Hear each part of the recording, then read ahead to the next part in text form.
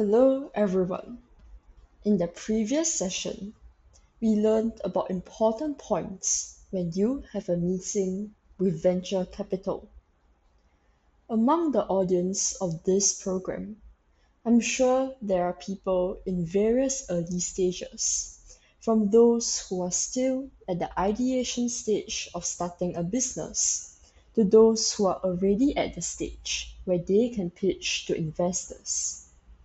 If you are aiming for rapid growth as a startup, sooner or later you will have to raise funds from VCs.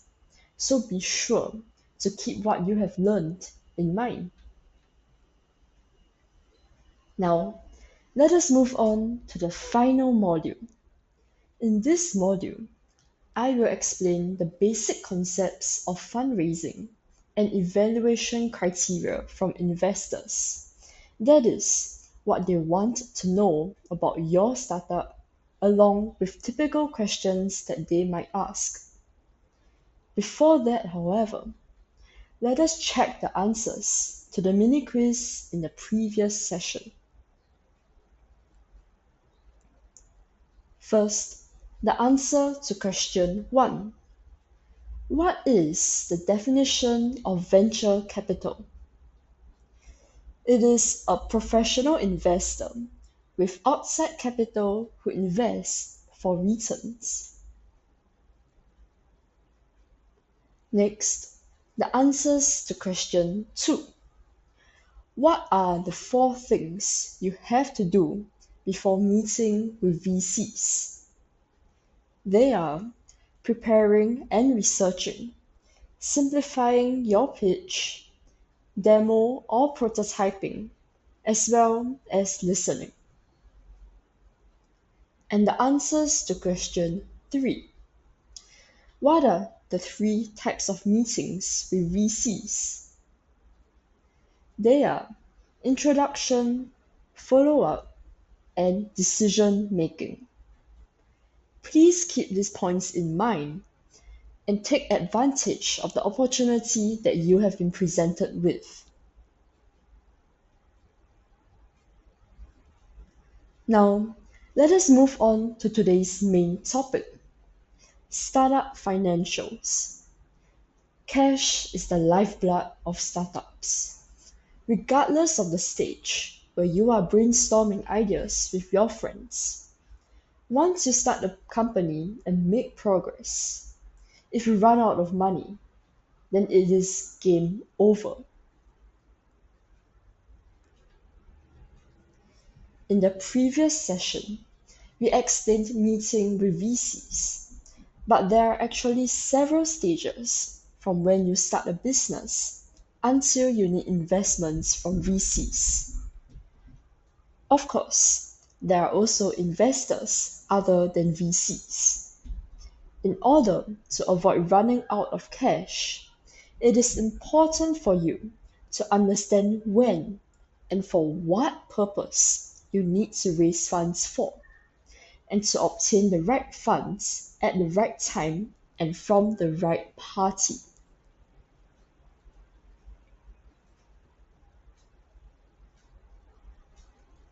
First, there are 3 stages of early stage startups: bootstrap, seed, and Series A. I will now explain them in order.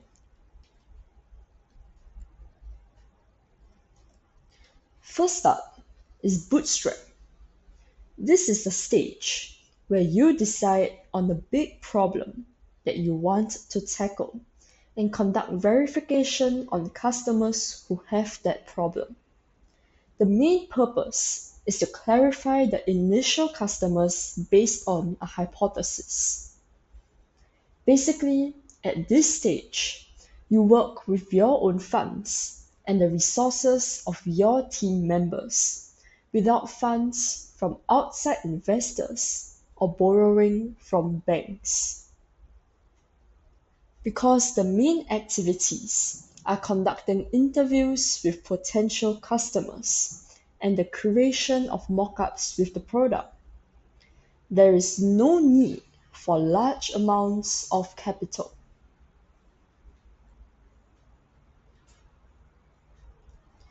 Here are some examples of activities during the bootstrap stage. This is a mock-up of DoorDash, a unicorn restaurant delivery startup born in the Silicon Valley. Their mock-up is a landing page that simply includes a service tagline that anyone can easily understand.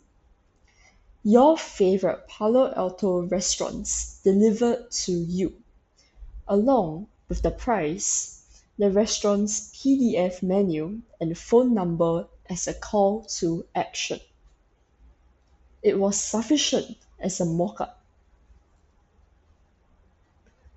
What they needed to validate at that stage was, are there really customers who want to use delivery services from restaurants? And are there really restaurants which are willing to provide food for such delivery services? Until they were able to verify the needs on the demand and supply sides, they didn't hire anyone. The founder handled everything from reservation management to delivery. Please do the same when you are in the bootstrap stage.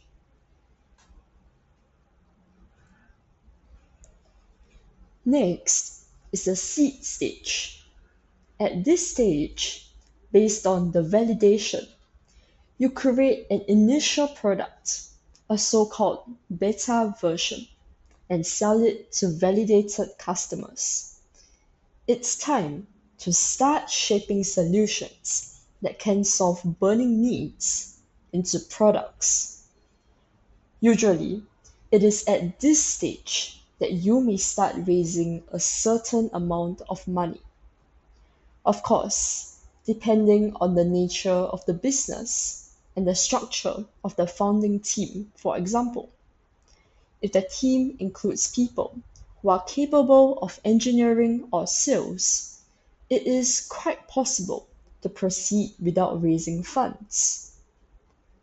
Therefore, unless it is absolutely necessary, please focus on advancing your business with your team's resources rather than raising funds.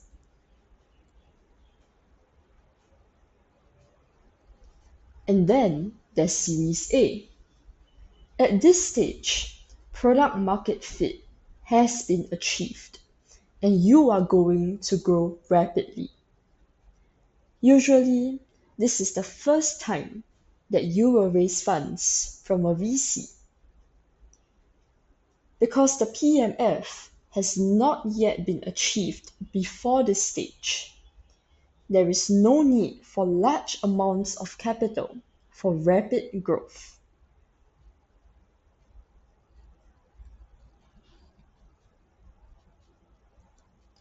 This is the activity of DoorDash at this stage.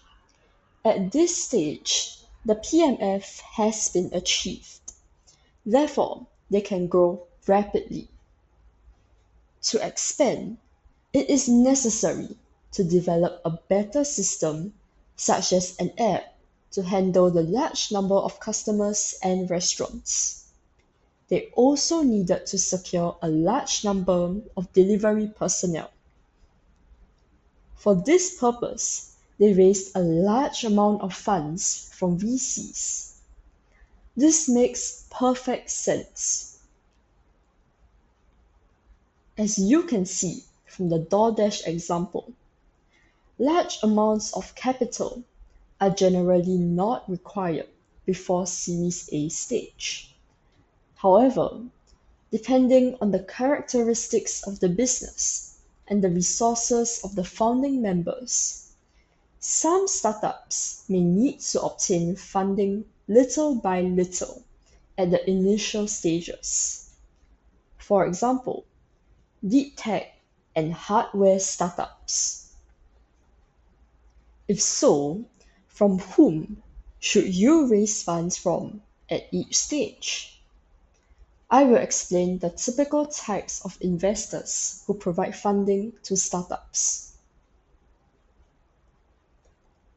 There are four main types of investors for early-stage startups.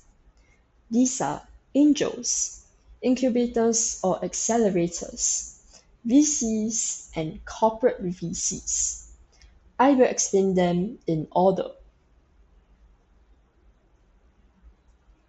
First, there are people called angels. Many of them have experience as entrepreneurs. They not only have experience in starting a business, but are also wealthy people who have made a significant amount of money. For example, they successfully sold the company that they started. There are several reasons why angels invest in startups. First, they want to support startups like you. There are a lot of angels who want to pay it forward because without having angel investors, they might not have been able to start their business when they were founders themselves. Also, maybe they want to see new tech startups grow through investing in new, interesting companies and spend time with their founders. Since they are investing with their own money, decisions can be made quickly if they are satisfied with the founder's vision and the potential of the business model. Next are incubators and accelerators. Both are investment institutions with programs to educate startups. In addition to funding, they teach novice entrepreneurs the knowledge they need to start a business, and at the same time, provide them with the support that they need, such as a free office space and mentoring. If you apply and are accepted into an accelerator, you will typically participate in a 3-month program and make a pitch at the demo day at the end. This demo will involve not only the accelerator's investors, but also external investors. The amount raised there is typically around $500,000, and in most cases, less than $1 million. On the other hand, incubators are often affiliated with universities or research institutes and support current students or graduates in starting their own businesses. Programs are not necessarily 3 months long. They can be longer, such as 6 months or a year. Financial support for incubators often take the form of grants rather than investments, but some incubators also have funds. In a sense, their role is somewhere between an angel and an accelerator.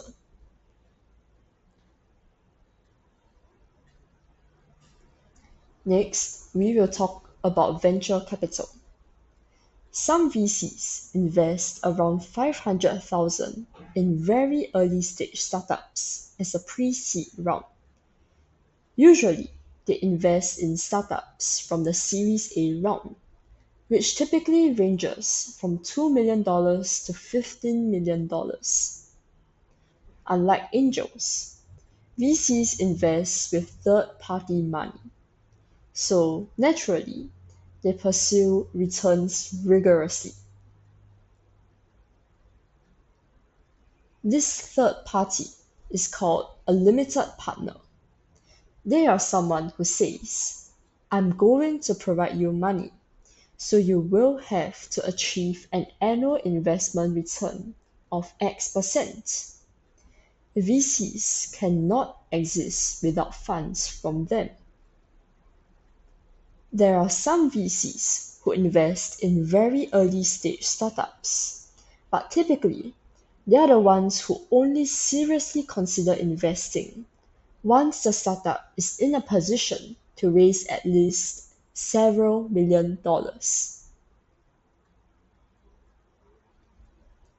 And there is the corporate VCs. This is a type of venture capital, but it is tied to large companies. Especially in the US, many large companies have CVCs and invest in startups that align with their new business strategies. Since it is an investment from the perspective of business synergy, if the domains match, you can use the resources and infrastructures of a large company, and most likely, they will buy your company in the future, which will be a great advantage for your startup. Now, there are many startups that end up wasting their money, whether they use their own funds or raise money from outside sources. Therefore, I would like to touch on the pitfalls that startups tend to fall into. What are some of the wasteful or unnecessary expenses that startups tend to make?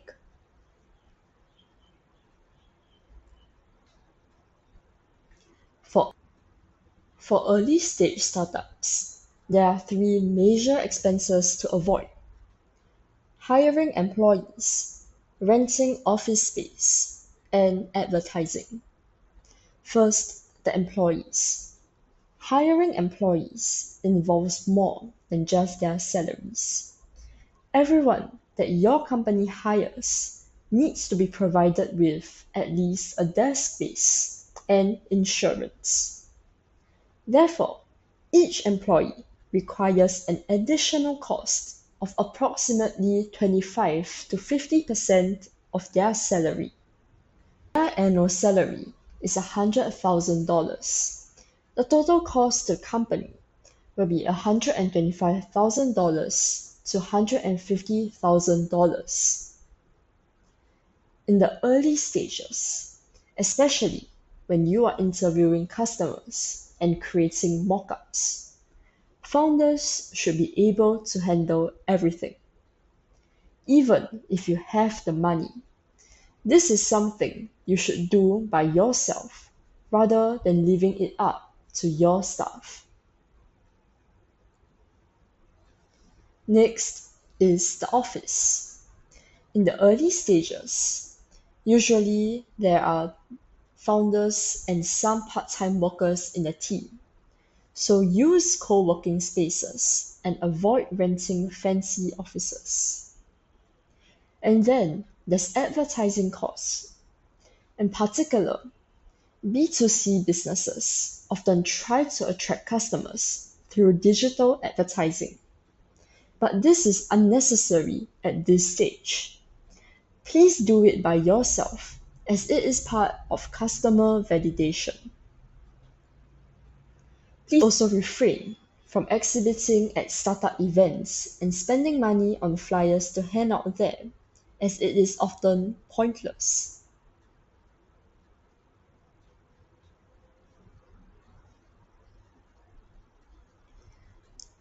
Now, to conclude this session, I will explain when startups raise funds. This timing is called a round, and the first timing in the early stage is the seed, and the next is the Series A.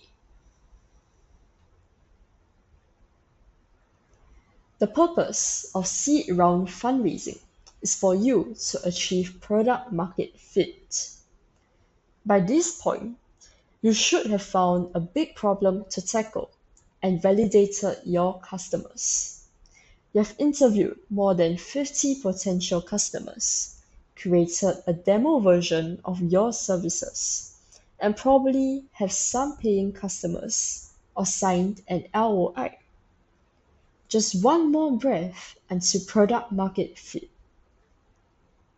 If you have paying customers, at this stage, you may need someone to handle them or an engineer to help the founders iterate their product.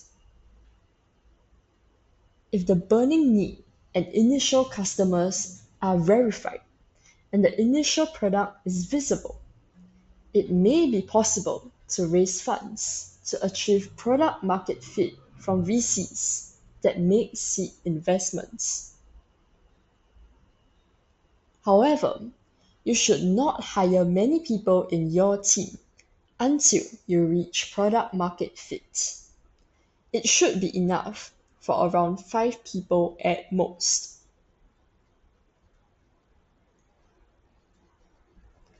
Finally, it is the Series A round, which is a full-fledged funding round. At this stage, your startup has already achieved product market fit. Achieving product market fit will make rapid growth a reality for startups. Therefore, to achieve that growth as quickly as possible, you need to raise a large amount of money from VCs and secure the necessary resources. It usually takes 1 to 2 years to reach product market fit. And even after achieving this, you will need to make constant improvements to maintain the fit.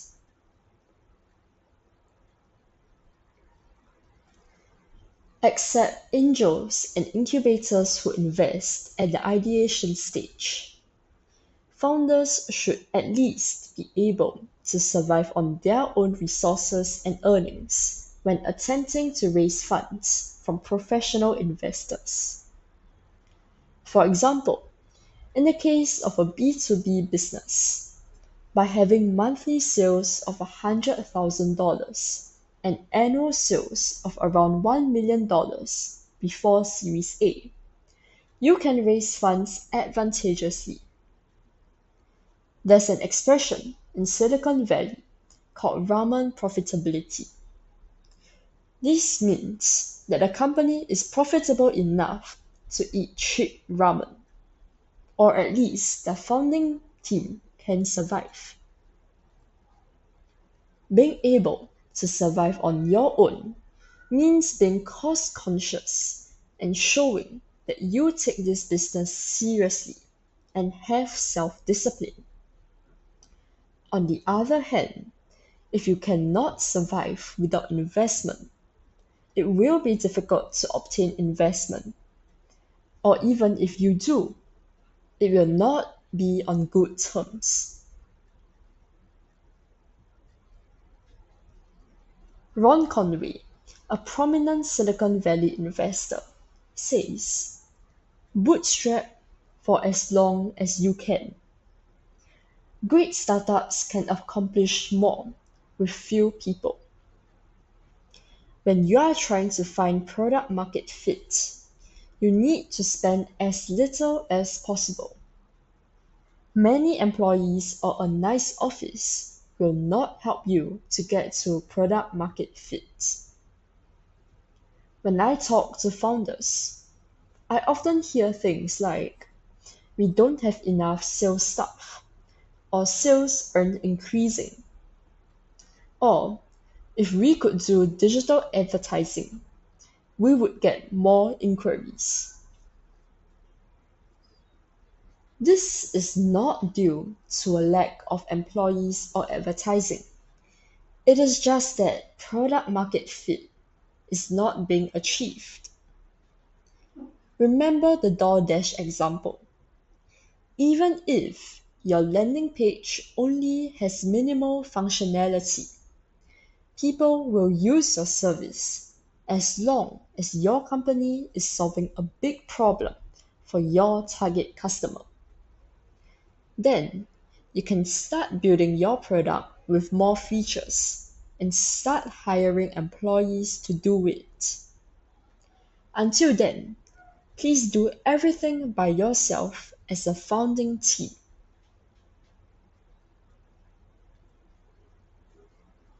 Now, as usual, let us take a mini quiz.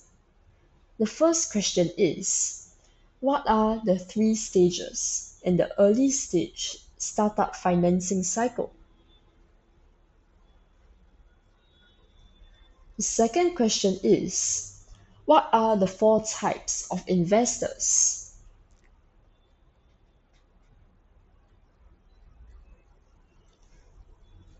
Lastly, what is the purpose of raising seed capital?